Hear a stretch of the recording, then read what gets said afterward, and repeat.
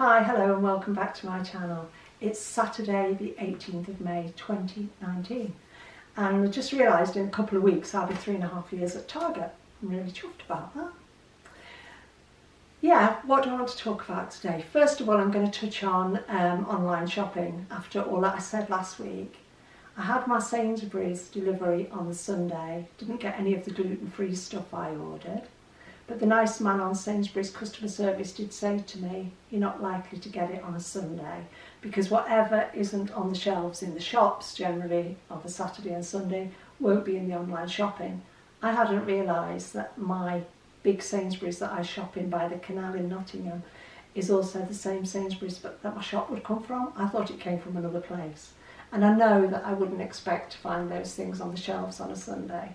So he said to me, if you want gluten-free stuff and more specialist stuff, you better shop in midweek. I also explained to him that they'd sent me stuff I hadn't ordered. And he said, well, that's okay, you don't have to pay for it. But the point I was making was that somebody else will be ringing up asking where the rest of their shopping is.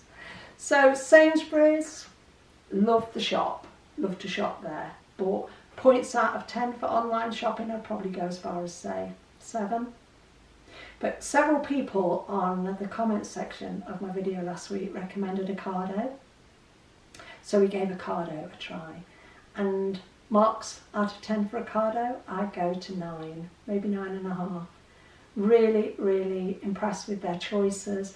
Love the fact that they do a lot of Waitrose stuff, which we like Waitrose strawberries and that, don't we, Joe? Mm-hmm. So it was nice to be able to buy them in an online shop.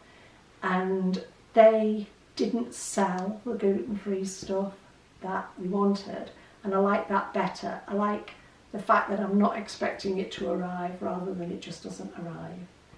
The other thing I found really good about Ocado was if I was willing to have my shopping delivered between 6:30 and 7:30 in the morning, and I'm up then anyway, it's free. So I could have had it delivered later the same morning, it would have been $6.99. But to have it delivered between 6:30 and 7:30 in the morning by Gary in the cabbage van, it was free. And what was nice was he came about 5 to 7. Now I'm sitting there already with my first coffee of the day, up, showered, dressed, everything. It's a nice way to start the day and have the shopping in, put away and forget about it, rather than having to think, gosh, I've got to be back by 2 o'clock because the shopping's coming between 2 and 3, or, no, I wasn't going anywhere, but it's a bit of a pain in the bum waiting all day for your shopping to arrive. I like having it that early in the morning. So yeah, Ocado will be getting my business when I have to do an online shop again. So thank you to everybody who recommended Ocado. They served me well. One of the things I've been looking at this week, because Joe is 2 weeks out of hospital after his hip replacement, he has to do an exercise regime that is in a book that is given to you by the surgical team, and I've been doing the exercises with him, and while they're not the kind of exercises that have you leaping around, running around, sweating, like doing a boot camp or doing a HIIT workout or anything like that, which I don't think I'm up to because I don't enjoy that kind of exercise, they are the kind of exercise that I've found after 2 weeks have strengthened my legs, made my legs feel stronger. I mean, when we started like 2 weeks ago, one of the exercises is you lift your leg and you have to hold it for the count of 5. So I'm lifting my leg to here, holding it for the count of 5 and thinking, oh God, my leg's heavy. Now I'm lifting my leg to here, hold it for the count of 5, and my leg doesn't feel heavy because I'm using the muscles rather than doing this, it's heavy.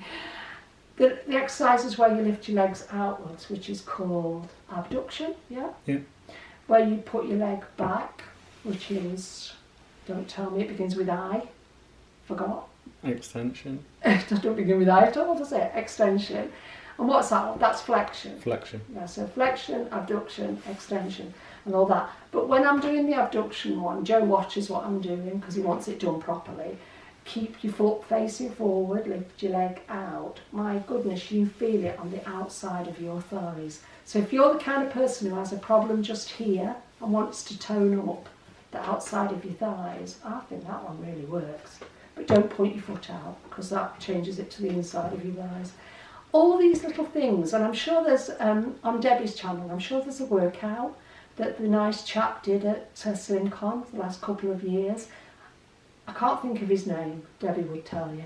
But I'm sure he's done a workout which is sitting down exercises. And there's nothing wrong with doing that if that's what you feel is your limit at the moment. Because I know for me, I don't have a brilliant sense of balance being blind. So actually holding onto a chair and doing some of the exercises, you might not feel that you're racing. I didn't feel, should I say, talk about me, I didn't feel that because I wasn't racing around, I wasn't leaping around, I wasn't lifting weights, I wasn't throwing myself here, there and everywhere. I'm not burning a load of calories. It's not all about burning calories, Joe tells me that. That's aerobic exercise, isn't it, Joe? Aerobics like cycling and... Yeah, where you're like... Where you've got, you can about supply enough oxygen to your muscles to keep it sustained for a long amount of time. Yeah, so that's aerobic. What I'm doing with these exercises with you, what do you call that then? It's just resistance training. Just resistance training. So you're working with your own body weight. Yeah, yeah, just body weight. It might not burn dozens of calories, but muscles, if you're working on improving your muscles do burn more calories than fat at the end of the day, don't they? Mm-hmm. So even doing this light level of gentle exercise, and I think if you googled like exercises from returning after a hip operation, hip replacement and things like that, there'd be YouTube videos, there'd be Google stuff and everything. I mean, Joe's is written down in a book and he's been given it, but I mean, he's doing these exercises to repair and rebuild the muscles and to get used to having a replacement hip. I'm doing them for a very different reason. A, to support him, but B, it's beneficial.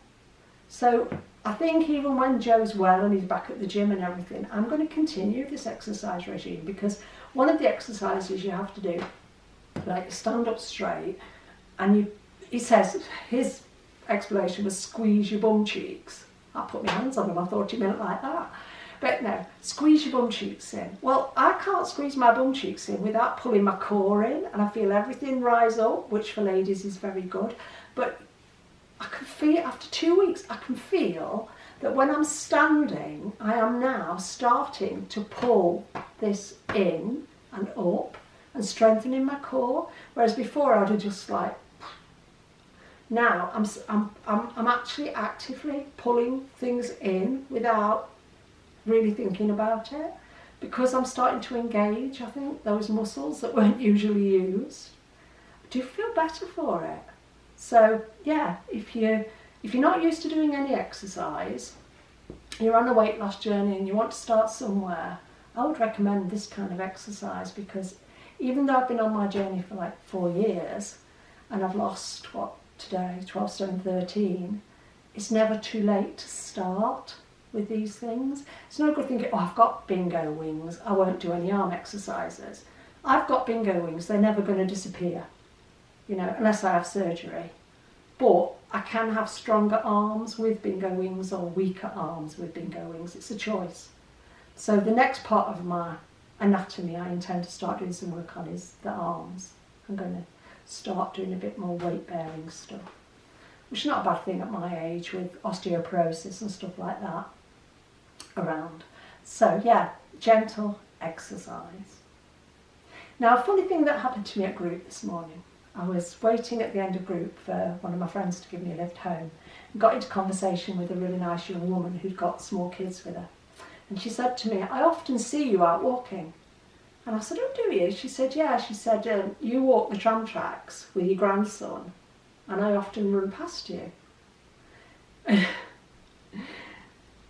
I shouldn't have said anything, I suppose, really, but I smiled and I said to her, that's my son, not my grandson. And she was like, oh God, I'm sorry.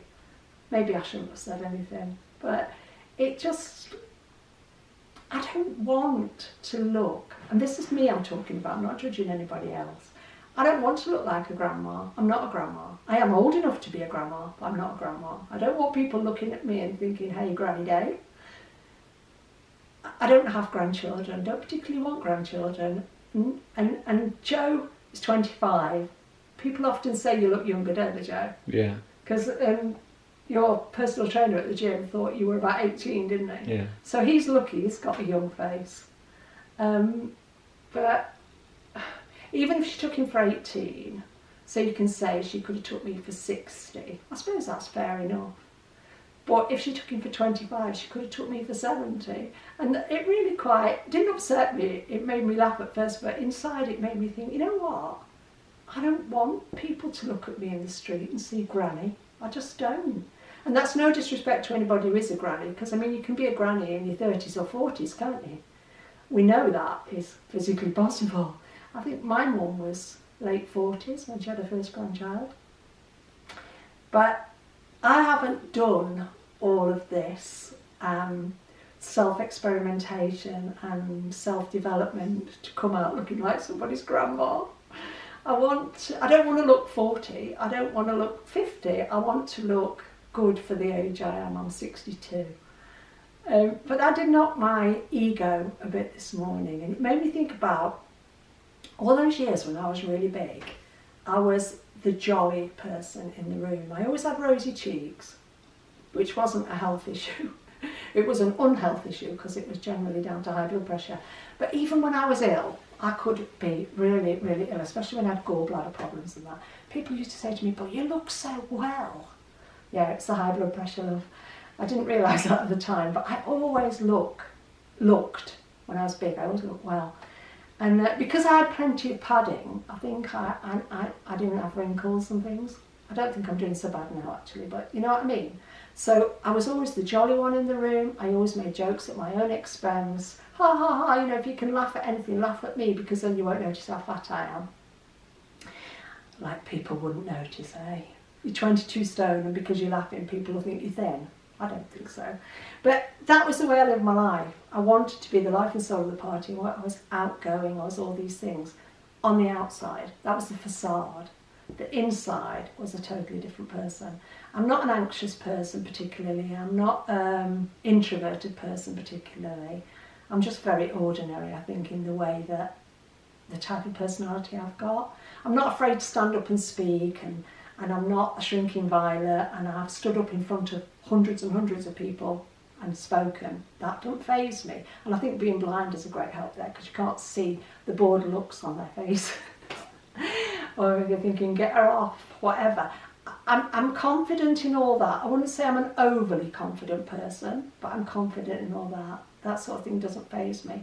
And when I was big, I could put up this facade of being jolly, jolly, happy, funny person. Naturally, I am not a jolly, jolly, happy, funny person. I wouldn't even try to be, because those kind of people get on my wick. I'm not one for watching comedians and stuff.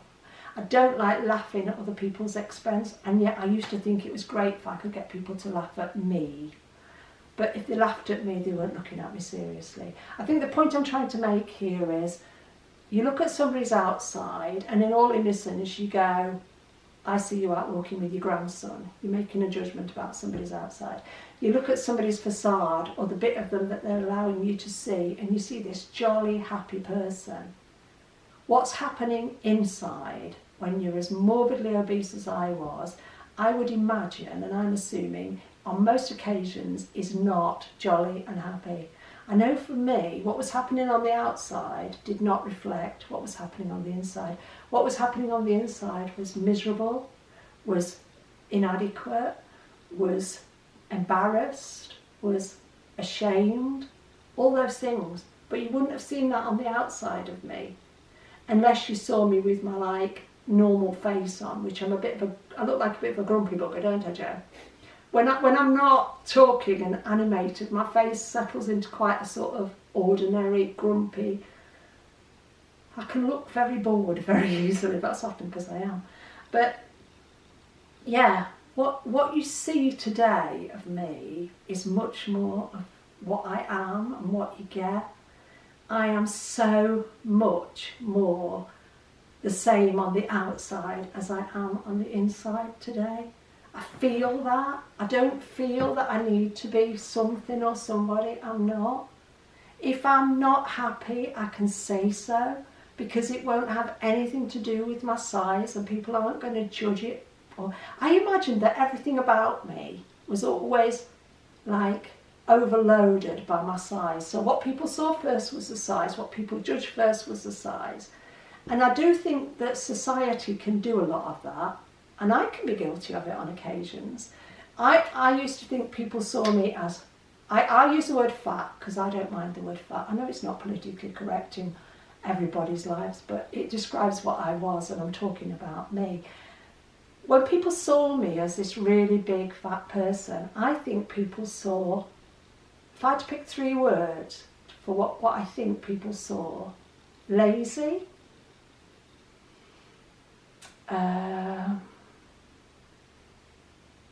underachiever, I'm going to say not fit for purpose, yeah, unhygienic even. I think people saw me as a lot of things that I wasn't. I am lazy, but I'm not lazy because of my size. I'm lazy because I'm quite a laid back. I like to think about things. I think the person I am today, standing in front of you, is much more the Jane Day of reality than the person I was, wrapped in all that fat, trying to pretend to be something I wasn't. And it's so much easier to live my life today because I am what I am, rather than I'm having to portray something I'm not. So I'm comfortable in my skin, I'm comfortable in my body and everything. And then somebody says, Grandma.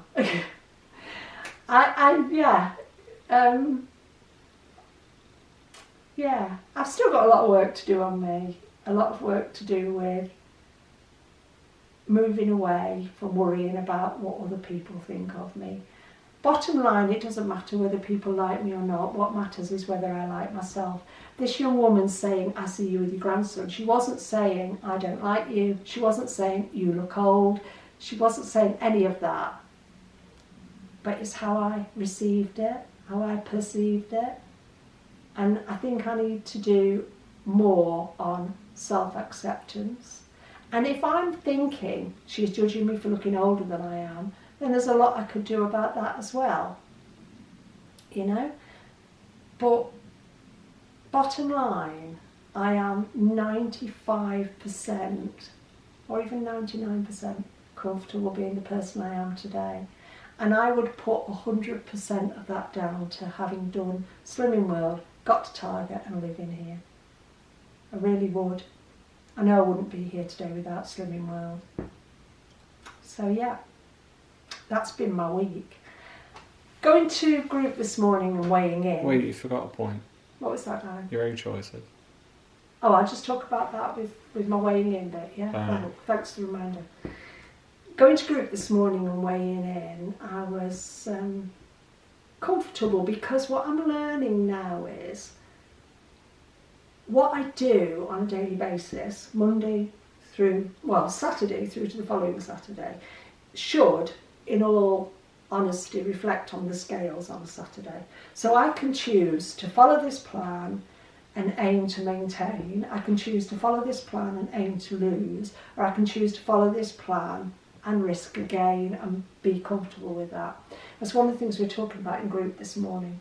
We were each given a sheet, different ideas about eating out, or groups of 4 of us given a sheet, different ideas about eating out, and we had to formulate an on-plan meal and an off-plan meal. Some people got coffee shops, some people got the Indian, some people got the chippy, some people got a takeaway, and our group got an Indian restaurant, and we did an Indian meal on plan, and then we did what we would have had off plan. And it was quite an eye-opener to see the number of sins you could spend with the kind of off-plan meal that I used to live on a daily basis, takeaways, etc., coffee shops, etc. And I wondered why I got to 22 stone. Well, that helped me see why, because that was me on a daily basis, probably consuming the best part of 100 sins 6 or 7 days a week. I'm wondering why I put weight on. And my attitude to food was very different today, because when we're talking about what we used to have from the pizza shop, what we used to have from the chippy and everything, I'm sitting there thinking, do you know, when I look back on what I used to eat, I thank God I couldn't eat that today. Physically, don't want it. That's cool because of Slimming World. That's not to say that I am perfect. That's not to say I'm never going to have a meal from the chippy. I mean, it's been a long time since I have, but I could if I wanted to. The point Naomi was trying to make to us this morning, which I thought was really valuable, was how much do you want a weight loss? Now, you can walk out of here at 11:30 on a Saturday morning. You could go straight to the chippy because they're all open around here. You could go straight to Carluccio's, you could go straight to Pizza Express, wherever. We've got all of them in our town. And you could choose, you know, I've gained a pound, I'm going to commiserate. I've lost a pound, I'm going to celebrate. I've got to Target, I'm going to celebrate. We did have people get to Target this morning. We had, I think, about 7 or 8 awards given out this morning. All good things, all encouraging. You can make these choices and you can say, right, okay, I arrive at Carluccio's straight after group on a Saturday. I know I'm not going to make good choices because I'm hungry by then. But I can do that. I can say, blow it. It's a sod it Saturday, I'm going to have whatever I want. But then Naomi said, keep in mind, at the back of your mind, how much do I want a weight loss next Saturday? How much am I prepared to do to get that weight loss or that maintain?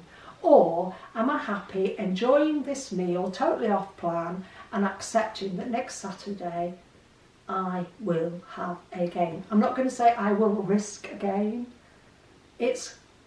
I think for most of us it's a reality. If we truly blow our normal plan and opt for something that is dozens and dozens of sins, the likelihood is we will have a gain next Saturday.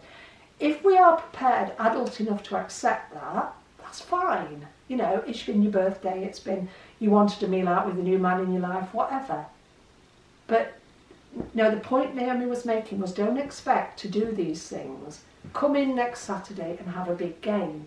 If you come in next week with a small gain, a maintain or a £0.5 pound loss, don't then stand at the scales and go, oh, I only lost £0.5 pound.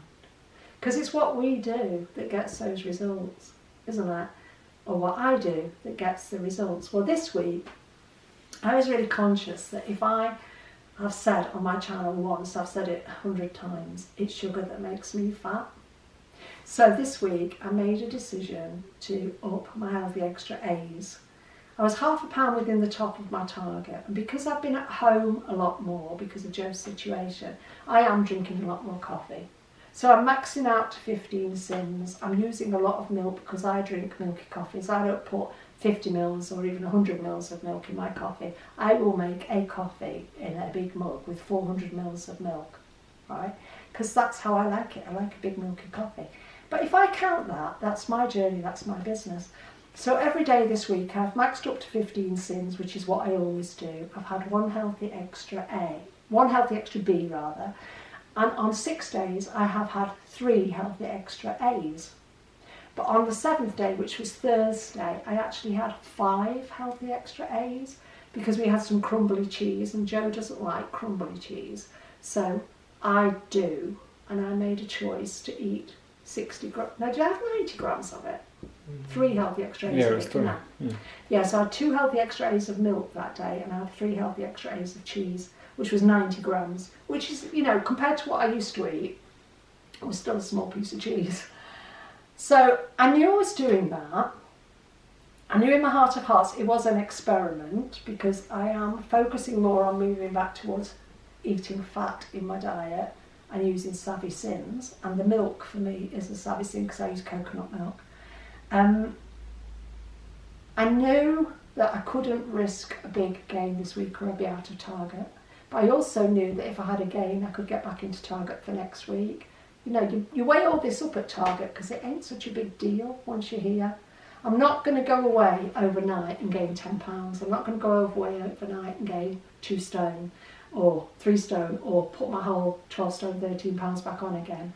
I've got to learn that what works for me is what works for me. I can't compare myself with anybody else and how they do it. Right, so I did that. I had 3 Healthy Extra A's on 6 days, 5 Healthy Extra A's on the 7th day, 1 B choice each day, 15 sins every day. Went to group this morning, stood on the scales and lost £1.5 pounds. And I think in my head, I've proved to myself that for me, it is about sugar. Getting a gain comes from sugar. Now, in the last 4 weeks, I've had 2 big gains. Anybody who watches me regularly will have seen, I think it was a £6 gain and a £7 gain with losses in between. Both of those gains were totally caused by sugar. Nothing other than sugar. And So you're at 25 minutes. yeah, I can see that now. And I can also see that once I dip into the sugar, I want more sugar. So this week when we were in, there's a shop in our town called Cook, which does restaurant quality meals, cooked fresh and then frozen. And you can just go in and buy them. And I went in with a friend who was buying some meals. And looking at the vegan choices, chose to buy a, beetroot bourguignon, which we looked at the sin count of. We put it through the sin calculator when I got home, it's 2 sins. While we were in there, the lovely chap, and he's pretty tasty, it's worth going in again for, we decided he was proper eye candy, bless him. But the lovely chap was coming round, he said, would you like to try my chocolate and raspberry roulade? And my friend had a piece, he tried it, and I said, no thank you. And he's like, you know, whatever you eat in here is calorie free. You know, we're laughing about it and that. And I still said no thank you. The reason I said no thank you is probably because if I had sinned it, it would maybe have been 4 or 5 sins. It wasn't a very big piece. That's not the damage for me. I can spend the 4 or 5 sins. It's what it does then to my brain. And my brain then goes, oh my God, that was good. Repeat, repeat, repeat. And I don't know when to stop.